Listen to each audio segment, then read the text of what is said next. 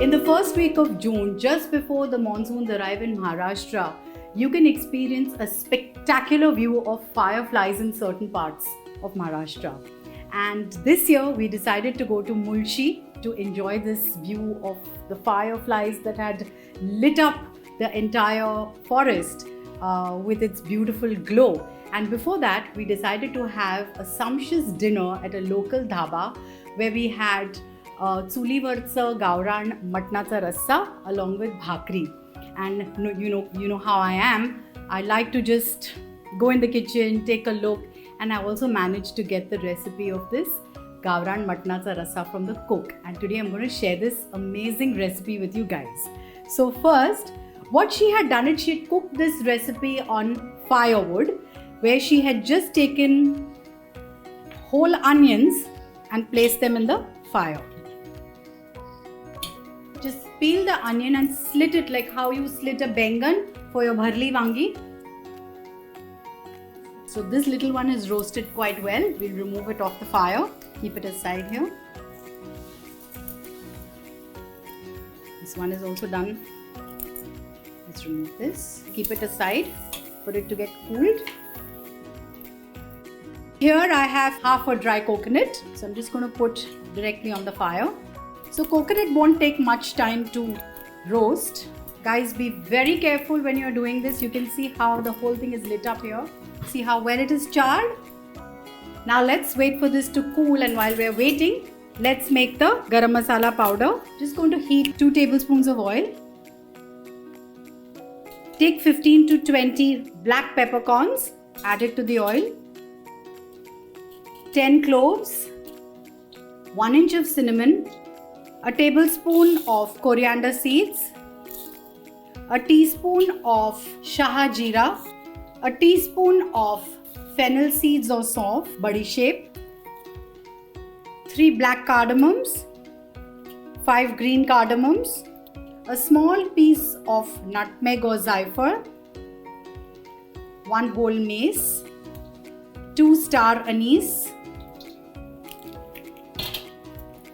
Now I'm taking 3 bay leaves, and this is called stone flower or dagad phool. This is optional. If you don't have it, it's okay. So I've taken maybe a tablespoon of that, a teaspoon of cumin seeds or jeera. We'll roast all these spices till they release an aroma. I've kept the flame on a medium to low because I want the spices to roast very slowly and gently. You can see that the color of the spices has changed. So I'm going to quickly add 7 to 8 cloves of garlic and an inch of ginger that I've chopped here. We'll roast this along with the spices. Now also at this point, we're going to add some poppy seeds and some sesame seeds. A tablespoon of sesame seeds. We'll add the poppy seeds after we shut the flame, because if they get roasted a bit much, they tend to get a little bitter. You can hear the sesame seeds are popping. So now shut the flame and add a teaspoon of poppy seeds to it. Now mix this well, and we'll wait for this to cool, and we'll grind it along with some freshly chopped coriander and the roasted onion and dry coconut.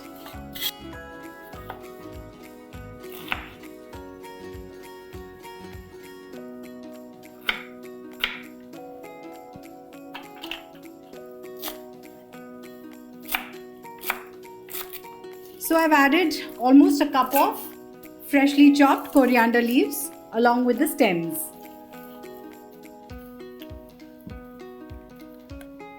So our masala is also ready. Now we'll prepare the rassa. So she had used a lot of oil. We'll use about half a cup of oil. So after the oil gets hot, we'll add 1 large onion that's finely chopped. Saute it for a minute. Now add a teaspoon of garlic paste, a teaspoon of ginger paste. Saute it for a few seconds. Add 2 finely chopped tomatoes.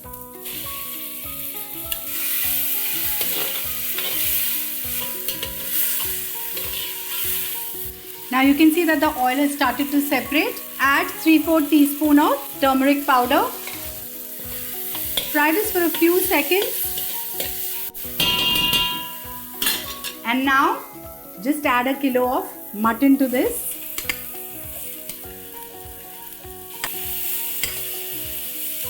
Now on a high flame, just saute the meat for at least 3 to 4 minutes.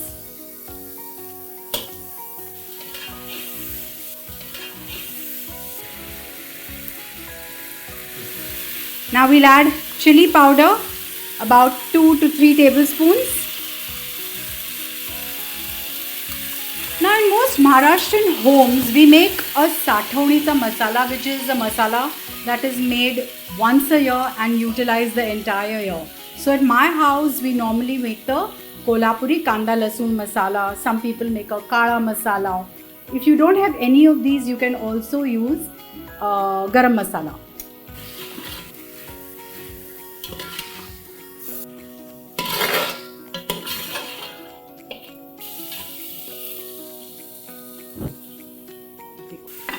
So now you can see this is the Kolhapuri masala that we usually make in the month of May, and then we store it for the whole year. I'm going to add a tablespoon of this, not much. So the Maushi there who was cooking the food, she didn't add any of the masalas. She just made that spice mix along with the dry coconut and the roasted onions. Now we'll add half the masala that we have ground.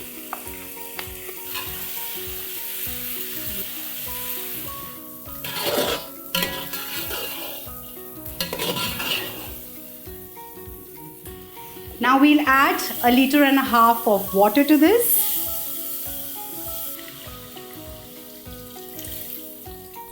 Add some salt to taste.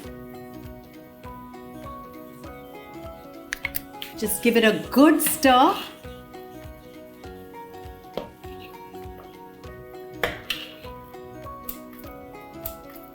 Now cover this and cook till the mutton is done. Remember to just keep stirring it at regular intervals. So the cooking time for this dish depends upon the quality of mutton that you have got. So mine took about 35 to 40 minutes. And see how gorgeous the curry is looking, and it is smelling just divine. We'll remove this in a serving bowl.